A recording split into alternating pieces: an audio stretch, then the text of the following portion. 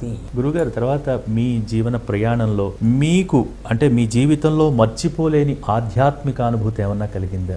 నా జీవితంలో మరిచిపోలేనటువంటి ఆధ్యాత్మిక అనుభూతి అంటే నాకు కలిగినది ఒక్కటే. ప్రత్యేకించి నేను తెలుసుకున్నది ఏమిటి అంటే, తమకున్నటువంటి కష్టాన్ని కానీ తనకున్న అనుమానాన్ని కానీ మనసు విప్పి నిష్కల్మషంగా మాట్లాడేటటువంటిది యథార్థానికి యువతీ యువకులే. ఎందుకనంటే నేను ఒకసారి సీతారామ కళ్యాణం గురించి మాట్లాడితే నా దగ్గరకు ఒక ఆడపిల్ల వచ్చింది. నేను పలహారం చేస్తున్నా ఒక కాలేజీలో. పలహారం చేస్తుంటే వచ్చి నేను ఒక అబ్బాయిని ప్రేమించాను, ప్రేమించడం తప్ప అని అడిగింది. నువ్వేం చదువుతున్నావు అని అడిగాను.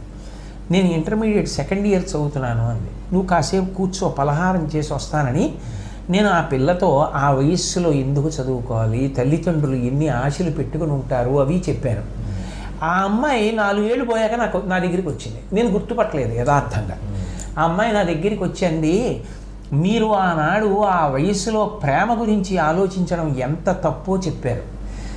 జీవితాన్ని పండించుకోవడానికి ఆ వయస్సులో నేను ఏం చెయ్యాలో చెప్పారు. మీరు చెప్పిన మాట పరమసత్యం అనిపించింది. నేను ఆ పిల్లాడి దగ్గరికి వెళ్ళి చెప్పాను, ఇప్పుడు మనం ఇలా ఉండకూడదు, నువ్వు కూడా అలా వెళ్ళు, నేను కూడా ఇలా వెడతాను. ఆ తర్వాత జీవితాలు ఒబ్బిడయ్యాక పెద్దలు నిర్ణయిస్తే కలుసుకొని దంపతులం అవుదాం, ఇప్పటికి మన ఇద్దరం ముందుకెడదామన్నారు. నేను ఇప్పుడు రాష్ట్ర ప్రభుత్వంలో గ్రూప్ 2లో ఆఫీసర్గా సెలెక్ట్ అయ్యాను. ఆనాడు మీరు మా కాలేజీకి వచ్చి ఉండకపోతే నాకు ఒక అనుమానం ఉంది, మీతో మాట్లాడాలన్నప్పుడు మీరు విసుక్కున్న కుదరదు అని ఉండుంటే బహుశా నా జీవితం ఇలా ఉండేది కాదు. ఆనాడు మీరు ఓపిక చేసుకుని నాతో మాట్లాడింది నన్ను మార్చింది అంది. చాలదా?